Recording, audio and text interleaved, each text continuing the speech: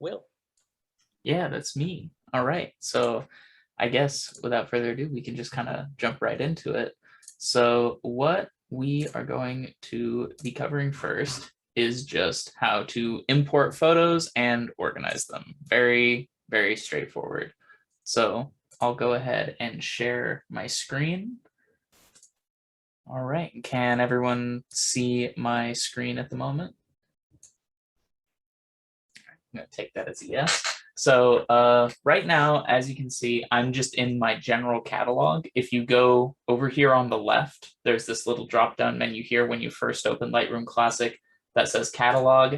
And in there, there's an all photographs section where you can just look at every photo that you've ever imported into Lightroom. As you can see, there are many. But there are also some other sections here that we'll get to in a second. But first, let's import some photos. So I have a folder here with the photos I want to import already prepared. So in order to import photos, the first thing you're going to do, and also feel free to raise questions or type in the chat if you have any questions. But the first thing you're going to do is you're going to select the photos you want to import. However you do that on Mac or on Windows, you're just going to select them, and then you're literally just going to drag and drop them into this library section here. For you, it'll probably be empty if you have never imported photos into Lightroom. For me, it's full of other photos, but either way, you just drag and drop it. And when you drag and drop it, you will be greeted with this right here. And so what I just realized is that since I've already imported these photos into Lightroom before, it's not going to let me import them again, but that doesn't really matter for right now because I can still teach you what I need to teach you. So basically, when you have these photos, you are going to have these options up here. So you have these 4 options for how you want to import these photos. So if they're photo RAWs, so they're just RAWs straight from the camera, you can either copy them as DNG, which means that it's going to take your RAWs and it's going to create a separate file, and it's going to convert those RAWs into DNG files, which are like still high quality, but they're like a little bit compressed compared to RAW files. And it'll convert them into DNGs, and then Lightroom is going to work from that folder instead of from the original folder. Copy will do the same thing, except it won't convert them into DNGs. It'll just copy your photos into a separate folder and then work from that folder. Move will actually take the photos from the original folder and move them into a Lightroom folder. So they won't be in the original folder anymore. So usually you don't want to do this one because you want to have your original photos stored in some place. And then finally, my favorite, which I usually do, is just add. And what that will do is it'll actually leave your original photos where they are, and it won't create copies or anything, and it'll just add them to the Lightroom catalog. And this won't affect the original photos at all. It's not like when you edit, it'll like affect the photo. That's not how it works. Basically, you edit in Lightroom, and then when you export, it'll create a separate file. So I just usually add in order to save disk space on the computer, because that way you're not creating 2 separate copies of the same photo. But if you do want to keep those copies separate for whatever reason, then you can copy your copy as DNG. I would recommend almost never moving, because then it's very easy to lose track of your original files. So that's, and then when you've checked what you want and you've checked the photos you want to import, you hit import, which I can't do at the moment because I have made this error, but that is totally fine. All the photos are here, and basically what we're going to do is we can figure out how we want to organize these photos. So over here, you'll see these sections here. All synced photographs is just, you can do a Lightroom sync. That's not super important.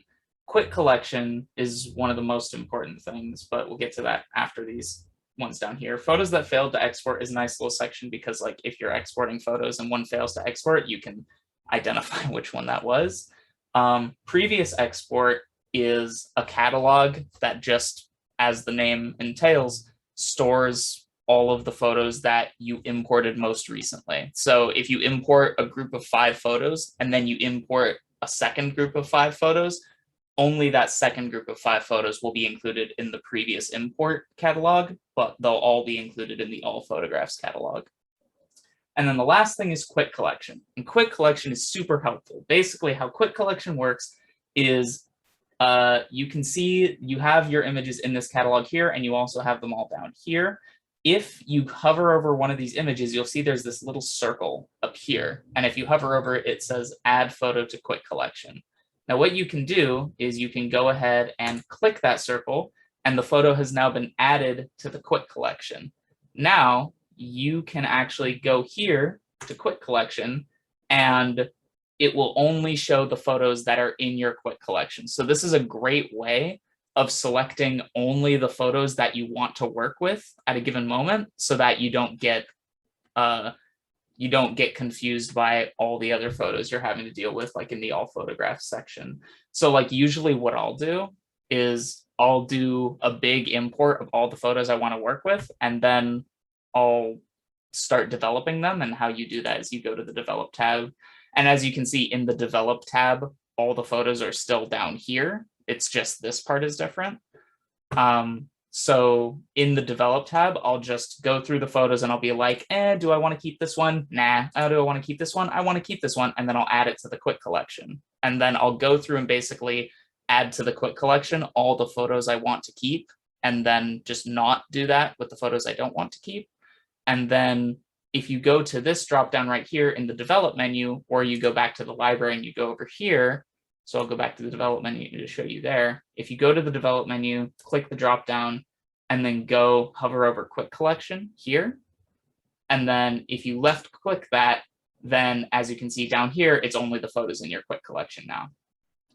And then if you want to remove something from your quick collection, you can just unclick it and it'll remove it from the quick collection. Yeah, so I think that is mostly how the basics of kind of organizing and importing your photos. Are there any questions about doing that, or anything you want me to quickly go over again?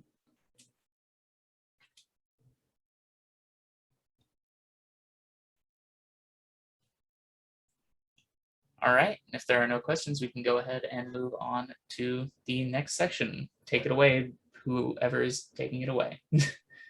That's me. Okay. Let me share my screen real quick. All right, can everyone see my Lightroom? Cool.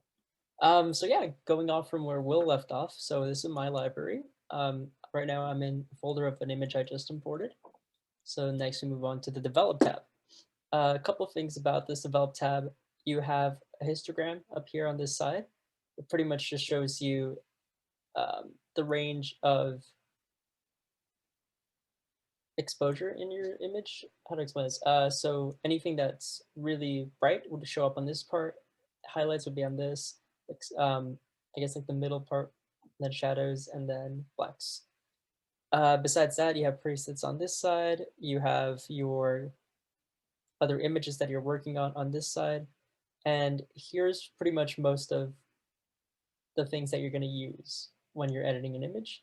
I'm going to start off with like the basic things, which would be cropping. So this icon right here will help you crop and change the angle of your image. So this image is a little bit off center. So right here, you're going to have multiple things. First one is the aspect ratio. So right now it's at original, which is what it was shot at. And you have a multitude of different options. And you could also put in a custom option, which are these. Let's say you want to do 1:1.67. There you go. That's what that would look like. Right now, what I want to do is I want to make this a square. So I just do 1:1. I don't want this to be at an angle. I want it to be straight. So I'm just going to go ahead and turn that using this style. Also works the other way. So there we go. I'm going to try to straighten this out and then do this. Okay, well, let's see. What if I want to use something like the rule of thirds, for example? So then you get to click O on your keyboard, and it changes the overlay. of the image. That one's the golden ratio. That one shows you what it would look like in different aspect ratios. That one's just the grid. And this one is rule of thirds. But yeah, feel free to just mess around with that. By clicking O, you get to change those.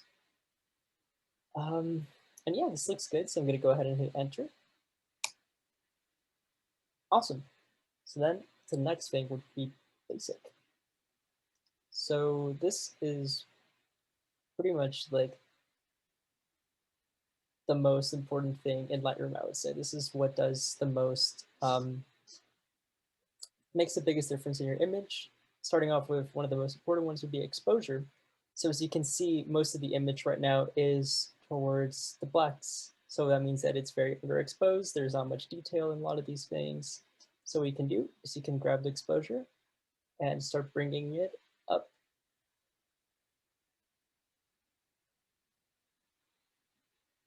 Okay, I'm gonna keep it like right about there.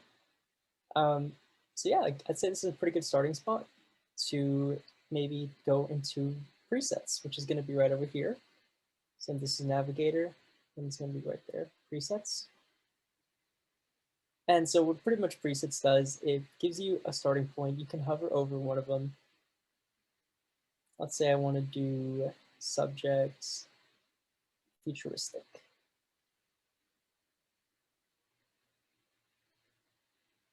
Let me see one that's a little bit more. Oh, I guess I did it. Oh, okay, yeah. So you can kind of see what it would look like on the side, where the navigator thing is. It gives you a little preview of what it would look like.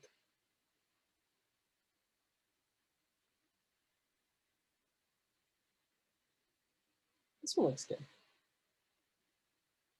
So yeah, that's pretty much it for my part. Just cropping. You can change the aspect ratio using this. Changing the angle works with this. If you want to use a preset, they're all going to be over here. There's a lot, and they change how your image looks, but nothing is irreversible. You can always go back to something. Oh, something else. Yeah, if you want to compare to what it used to look like, the command for that is just hitting Y. Hitting the Y button will show you a side-by-side comparison of before and after. So you can see how the changes you've made affect the image. So that's pretty neat.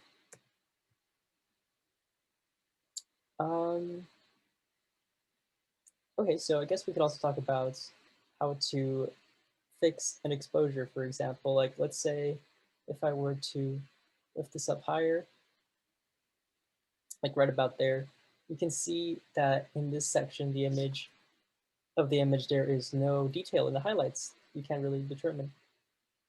And so for that, you would just grab the highlight slider and lower it down. It's taking a second, sorry.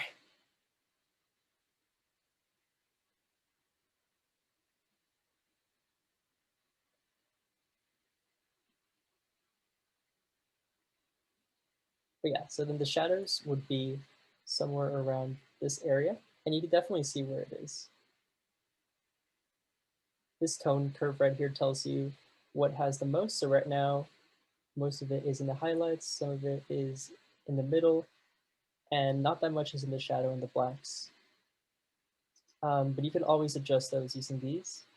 And you can always also just reset your image at any point you want. Any of the changes you make in Lightroom are reversible. So no matter how far you get into something, if you don't like it, you can always go ahead and just reset it. But yeah, to talk about more about color and the tone curve and white balance, we got Bill. Oh, before that, any questions about cropping and exposure? Or perhaps presets? I don't know if I really went into much detail into presets. I know you can buy presets, and if you were to, they give you instructions as to how to upload them to your Lightroom, and they would appear on this side. Presets are really good if you have to do a lot of images and you kind of want them all to have the same style. It's a great place to start if you just want somewhere to start or want some inspiration for some ideas. And it also is really helpful because nothing is permanent in Lightroom, so you could always revert it back to the original if you do not like it.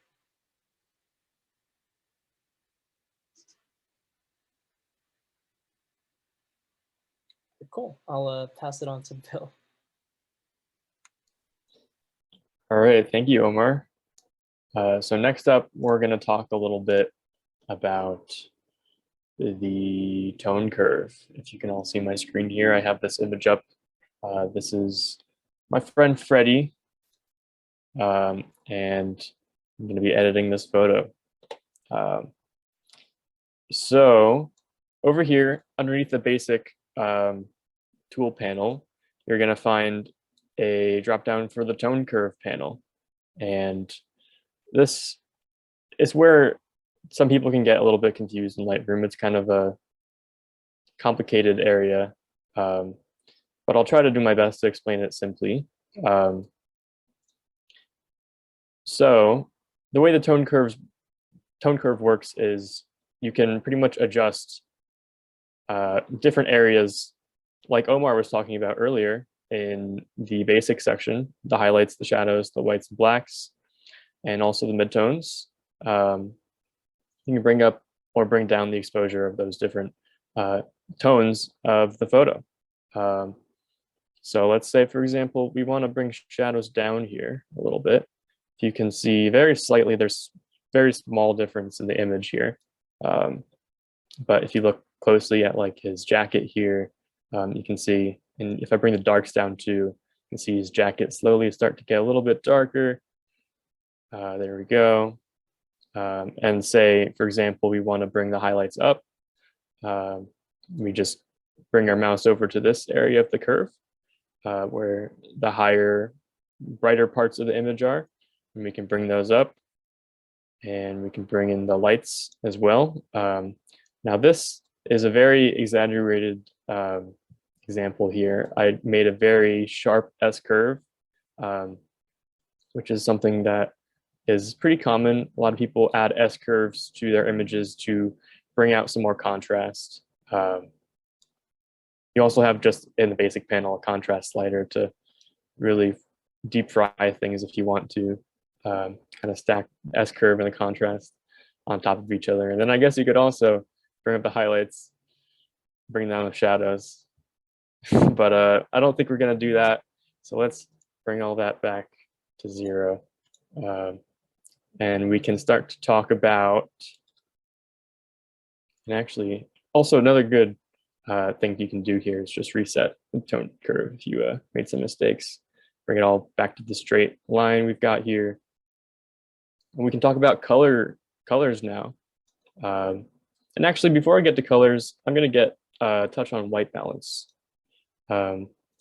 Basically, white balance, you can see it up here in the basic panel.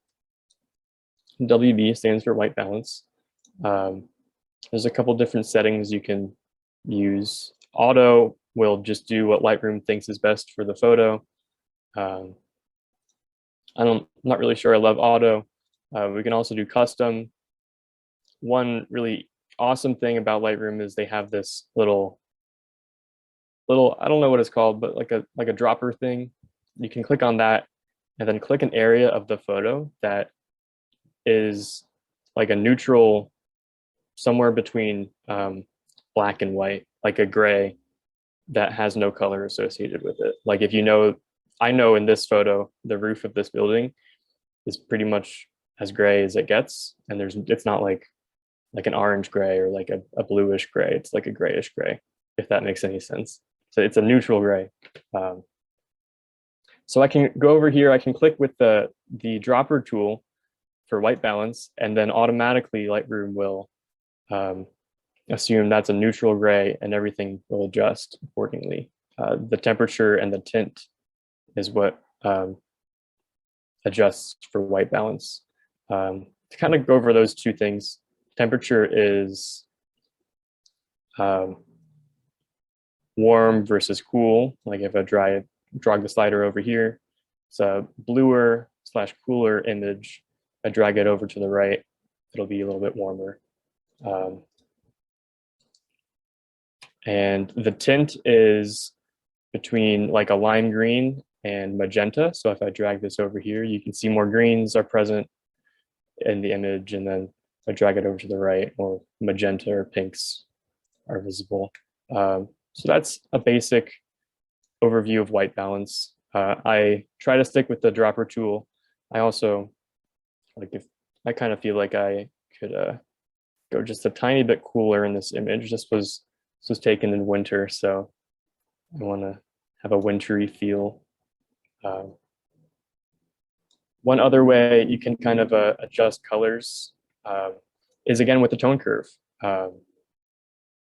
There's different channels here for the tone curve. You can adjust the red, the green, the blue channel, RGB. And it's a little bit different than just the standard tone curve. Instead of just dragging wherever you want and dragging that area, shadows or darks or highlights, you kind of have to drop these points down on the tone curve for each channel, like for the red channel, for example. And then if you move each point, the tone curve will adjust accordingly. And this is it kind of gets pretty complicated here, and I won't go too in depth here. But right now I'm adjusting the tone curve just for the red channel, and I'm making just the reds for this image more contrasty by adding a little S curve. Another thing you can do is adjust just the bottom or the top point, and this will add kind of a reddish cast for the red channel. If I drag the bottom point up, I can also drag the top point down, and it's a bluish cast, so almost kind of like the tint slider up there. So there you go. That's kind of a basic overview of some color work, some tone curve action, and some white balance. If anybody has any questions, I'd love to answer.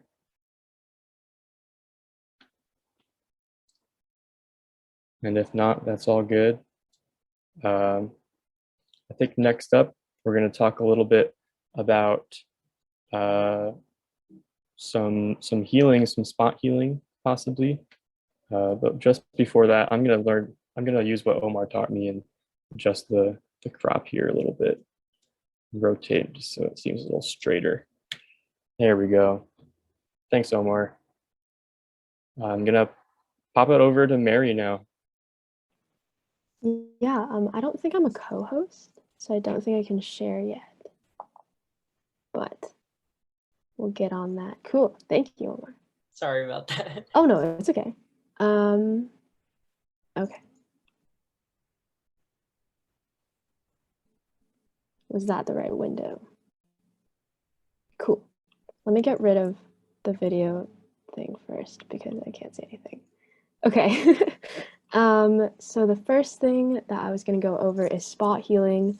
And I know that that's kind of a common thing to do in just like portraits or like other things. So y'all might already know this, but right now I'm in develop, and you can find that under basic.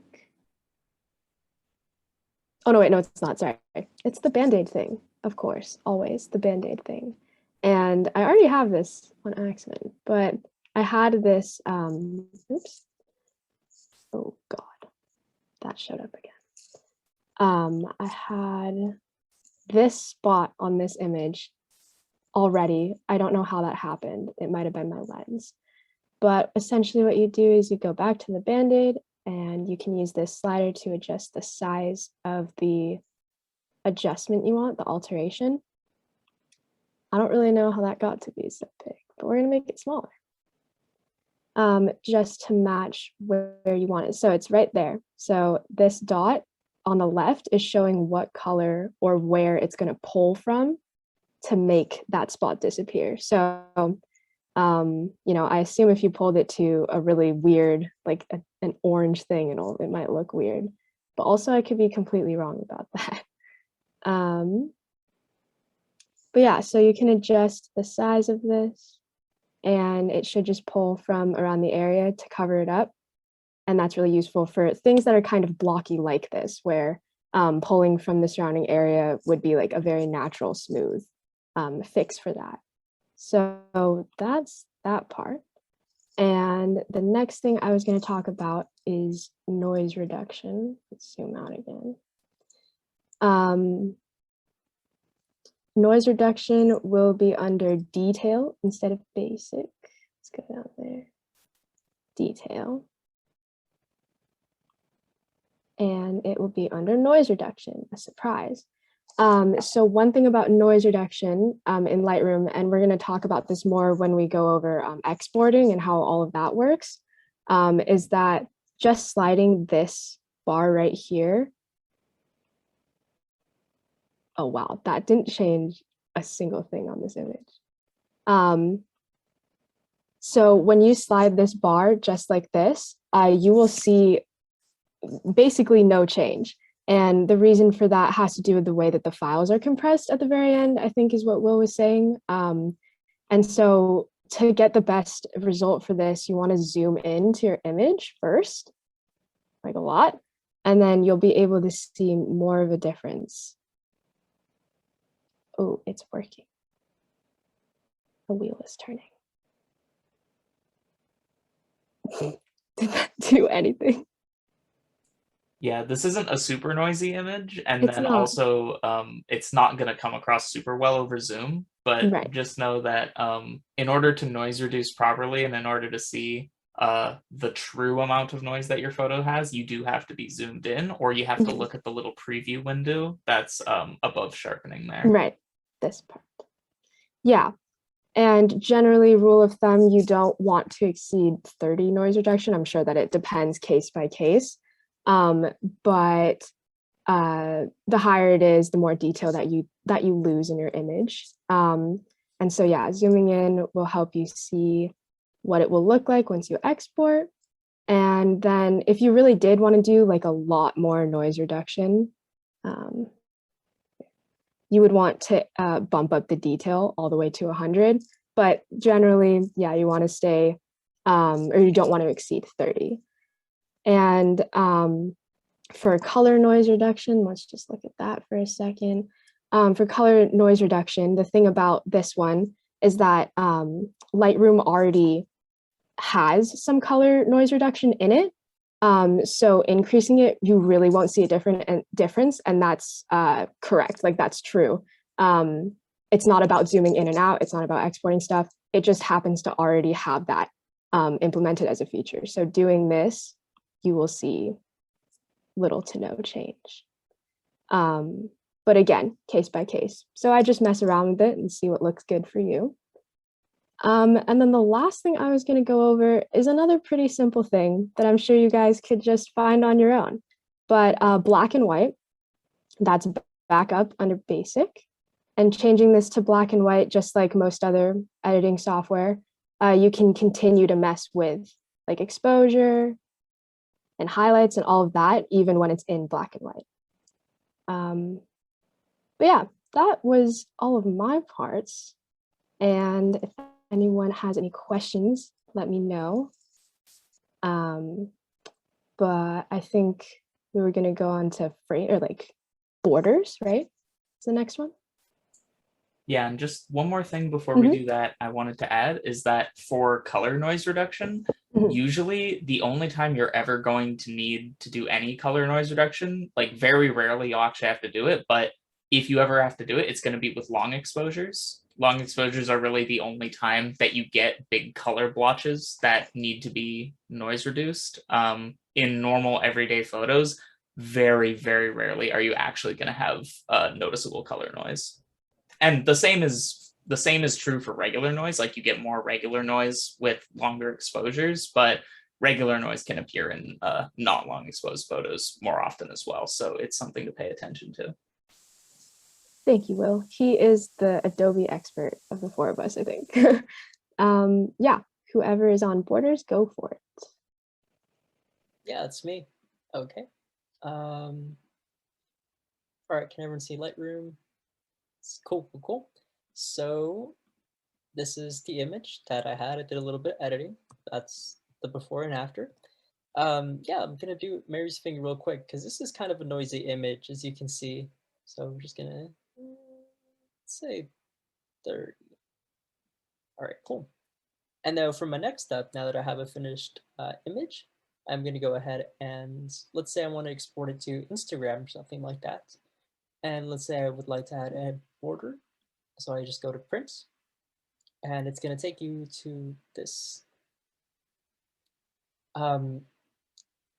Usually I do a single image, so I'm just going to go ahead and do single image. And that is pretty much done already. There's different templates that you can use here, like 2 images, 2 by 2 cells, so on and so forth. It's also pretty easy to just make your own. And then for that, you would just make a template by adding one here. Just gonna do it right here. Lightroom. Great. Okay, and then for Lightroom, I'm gonna change the page setup. So any printer is fine.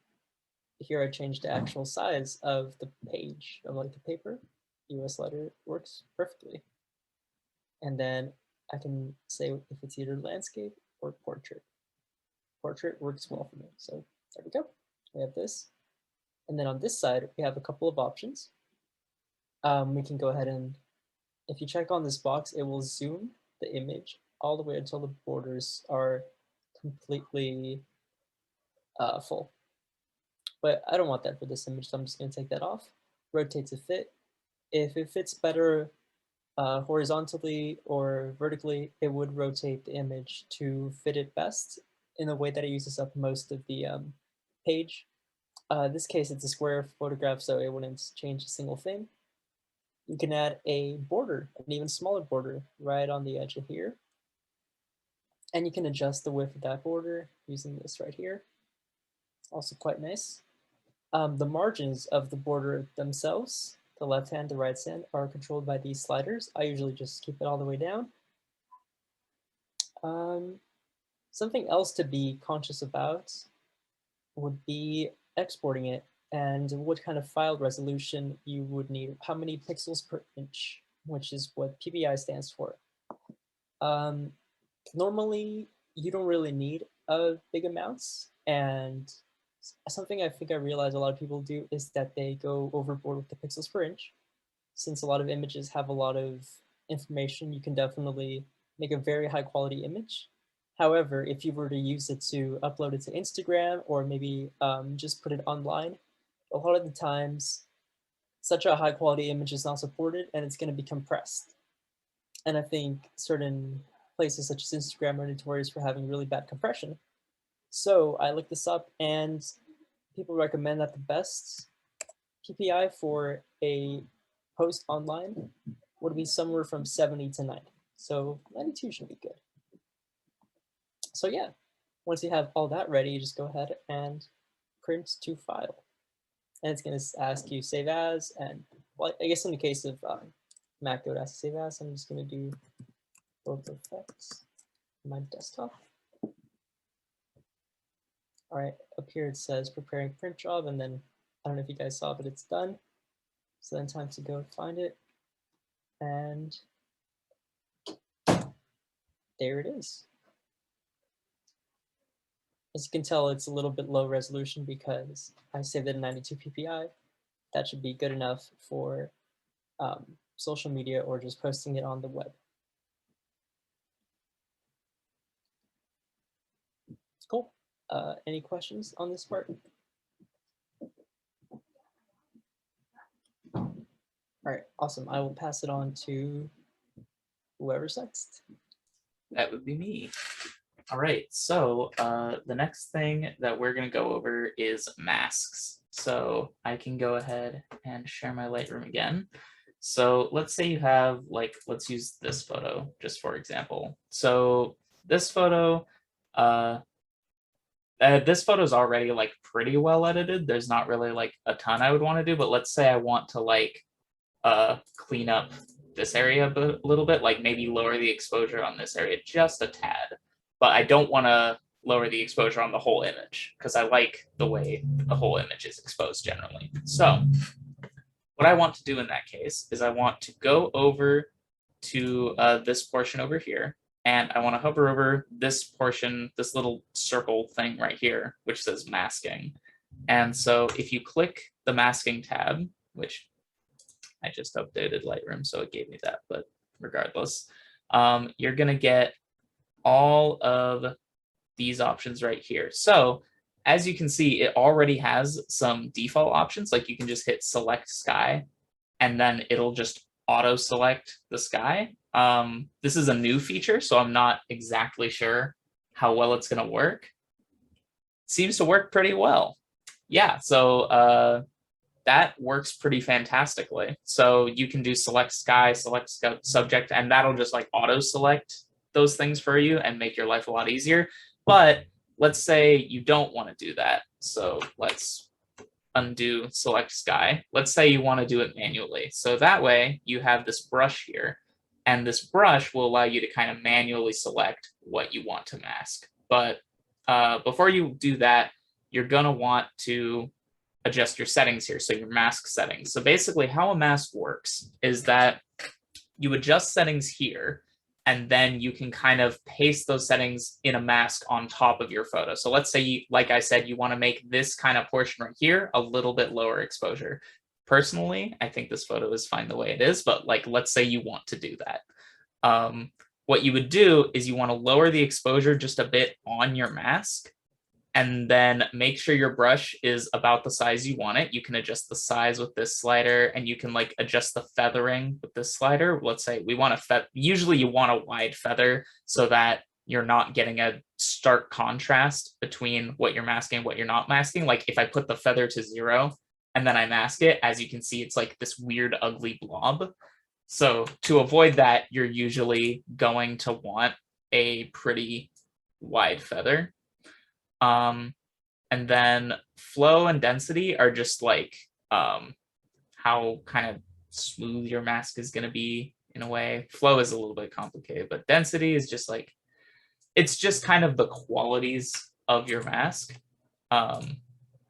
So yeah, once you've got this about where you want it to be, you can go ahead and go down here, and let's say we just want to lower the exposure a little bit. And then also this is red. I'm not sure exactly why. I don't really want that. I don't want a color overlay. You can do a color overlay, but I currently don't want a color overlay. So let's see. How can I make that not happen? Here we go. I think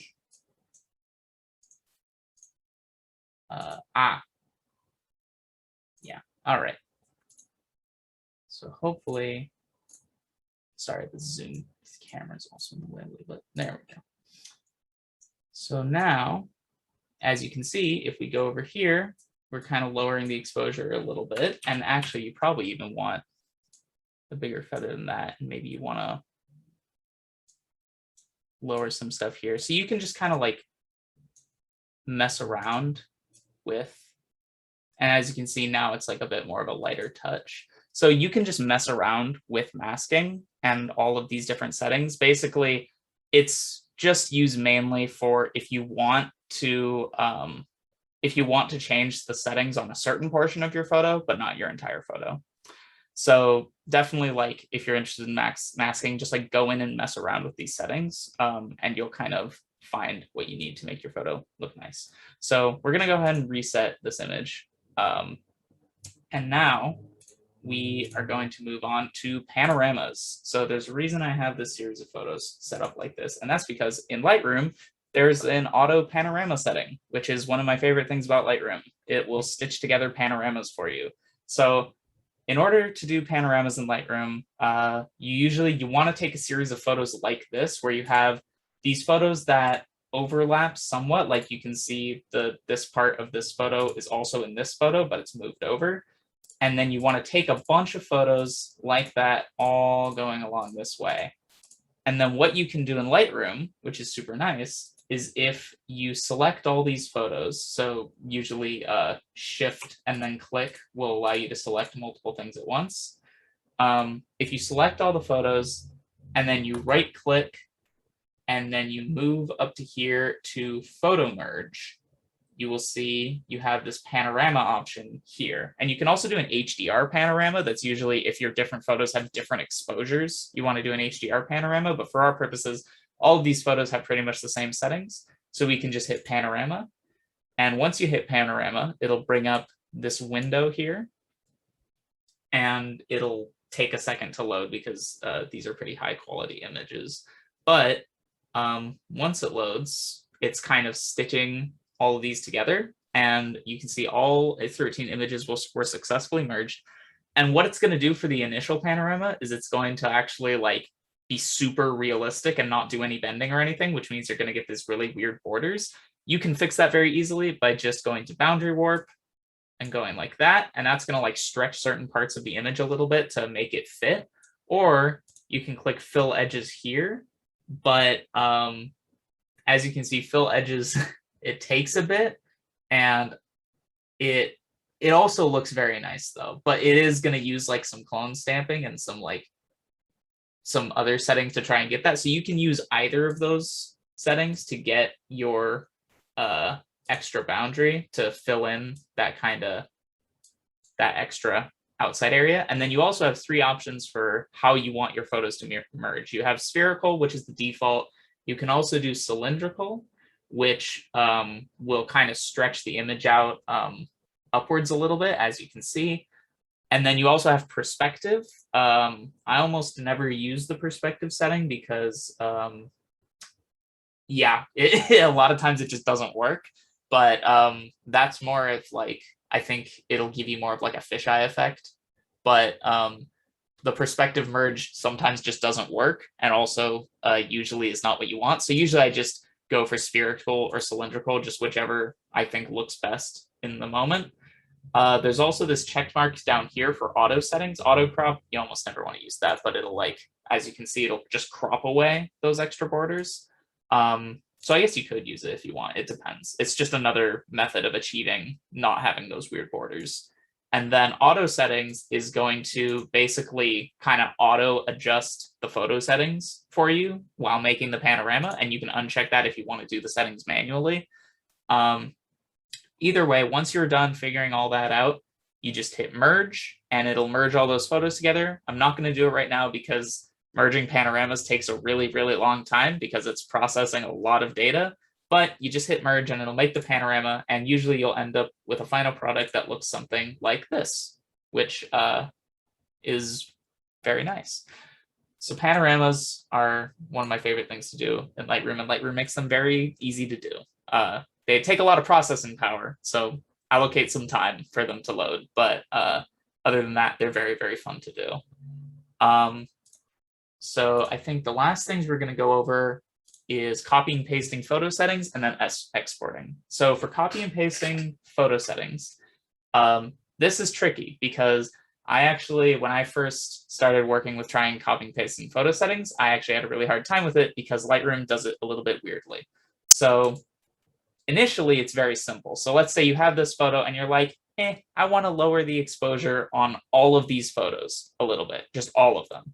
You would do the same thing you do before, where you go to basic, and then let's say you lower the exposure like down to just a tad, just a small bit. So let's say you just lower the exposure a bit, and that's all you really want to do. If you want to then paste those settings to all these other photos without having to manually go in and adjust the exposure for every single one, what you can do is go over to this tab over here, and it'll have this copy option. When you hit this, and make sure you're on the photo that you want to copy and paste. So if you hit copy, it'll show up with this window here. And usually you can just leave all of this stuff checked. It doesn't really matter much, but let's say like there's one photo that has some spot healing that you did. You don't want to copy that spot healing over, but you do want to copy all of the basic settings. You can just go ahead and uncheck spot healing wherever it may be. Right there, spot removal. You can just uncheck that box when you do copy, and then it won't copy and paste the spot healing, but it will copy and paste everything else. So basically just check and uncheck whatever you want to copy, etc. For a lot of things, like if you don't do any spot removal, it won't matter, so you don't need to uncheck it.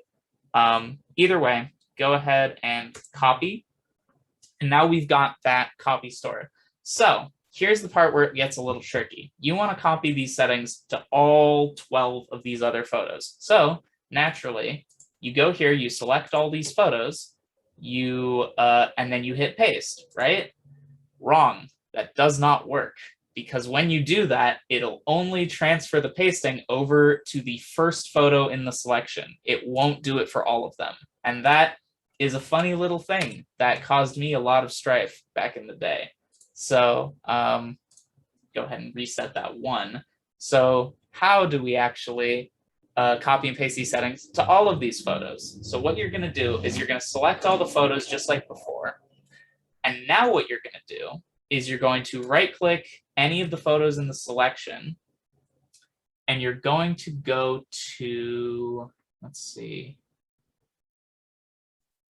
develop settings. There it is. You're going to go to develop settings, and then you're going to go to this drop-down window, and you're going to hit paste settings. And when you hit that, now it'll change all of the photos in your selection. So now every photo in the selection has that slightly lower exposure.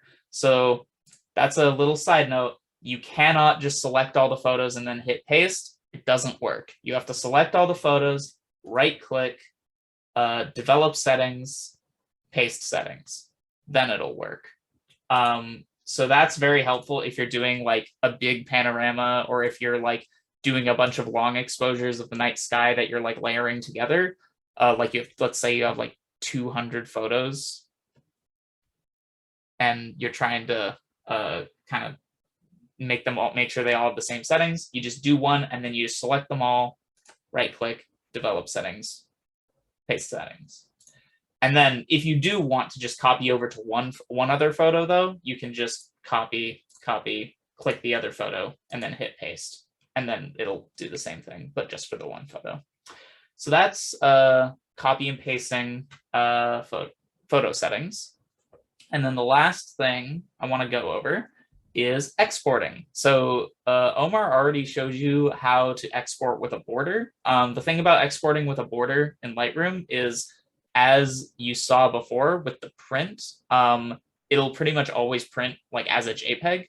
Like you're not going to have as much control over the export settings. Correct me if that's incorrect, Omar, but as far as I can tell, when you print, you don't have as much control over the export settings. But if you want to export without a border and then like add a border in Photoshop or something, what you can do is you can select a photo, let's say this photo, and then you're going to go up to File and then Export.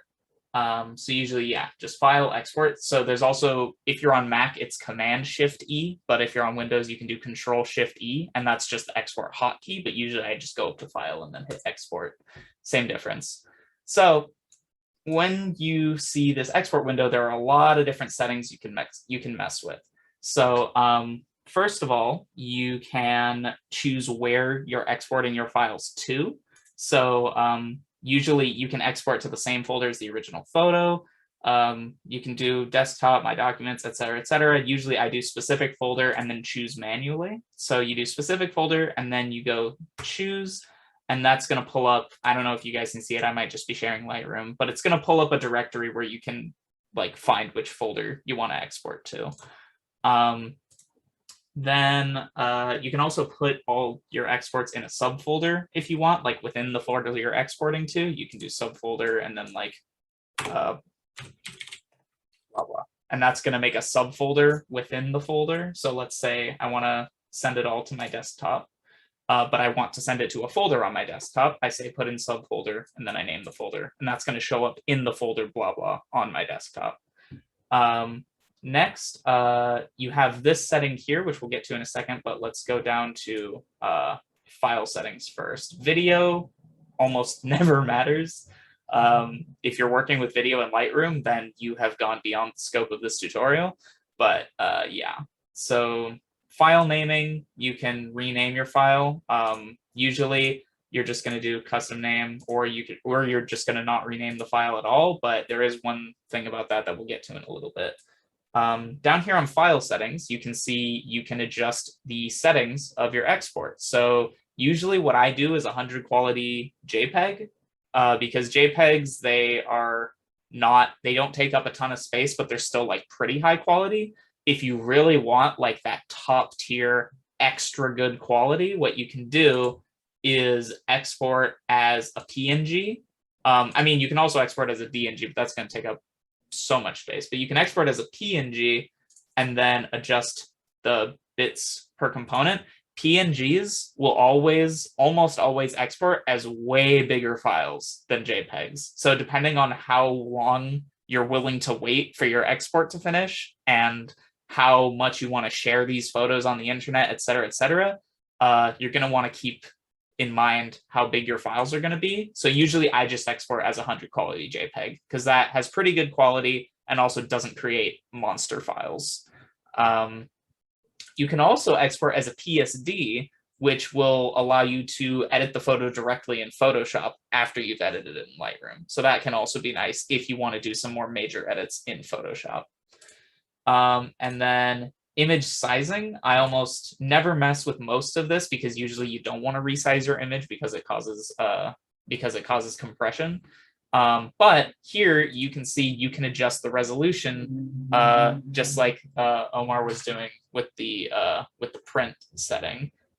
So usually like 72 is kind of like the go-to standard for online. Like Omar said, anywhere between 70 and 90 is usually fine. 72 is kind of what I've seen as like the go-to. But if you're printing, like if you want your photos to be printed in a book, you're going to want to do 300, which is the standard for print. So 72 for online posting, 300 if you plan to print it anywhere. And then once you've done all that, you can, metadata is just like the time and place and all that stuff. And you can remove or include certain web metadata.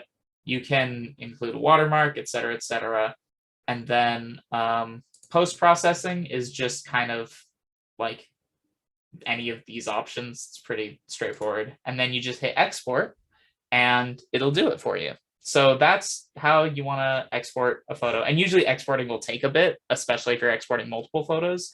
So one last thing I want to go over is exporting a series of photos, which is what you're going to want to do if you're, let's say you have like, you've done some astral photography and you're doing like a series of 5-second exposures and you have like 200 5-second exposures that you've edited in Lightroom and now you want to layer them together in Photoshop, but you want them to stay in order and you don't want to like lose the order, or you just want to order your photos for whatever other reason. What you can do is you can go back, select all of your photos, file, export, just like before. And now what we're going to do is we're going to do the same thing we did before, put in subfolder blah blah on the desktop or wherever else you want to export it to. And now we're going to go to this section, file naming. And what you're going to do is you're going to hit this checkbox that says rename to, and you can do either a file name sequence, which will keep the original file names, but we'll put them in a sequence. As you can see, it's like SDIM8402-1. And so it'll be -1, -2, -3, -4, -5, and it'll just name them in a sequence so that when you open them in Explorer, you can very easily order them. And that will save you a very long time depending on what you're doing. So you can do file name sequence, you can do a custom name sequence, you can do like Bob, and this will do Bob-1, Bob-2, Bob-3, Bob-4. You get it. So that's pretty straightforward. You can also do like a couple other ordering techniques for your final export if you want to. But yeah, and then you scroll down and you do the same kind of settings that you wanted to do before and go back to the bottom and hit export. And that will export your photos to the file of your choosing, and that'll get the job done. Any questions about exporting?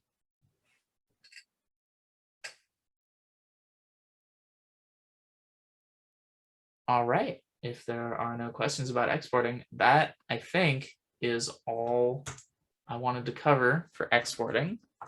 And I think those are all the specialty topics that we had planned for today. If anyone has anything else that they're interested in that they want us to go over, or they have anything that they want us to clarify about things we already went over, feel free to raise your hand, type in the chat, unmute, whatever you want.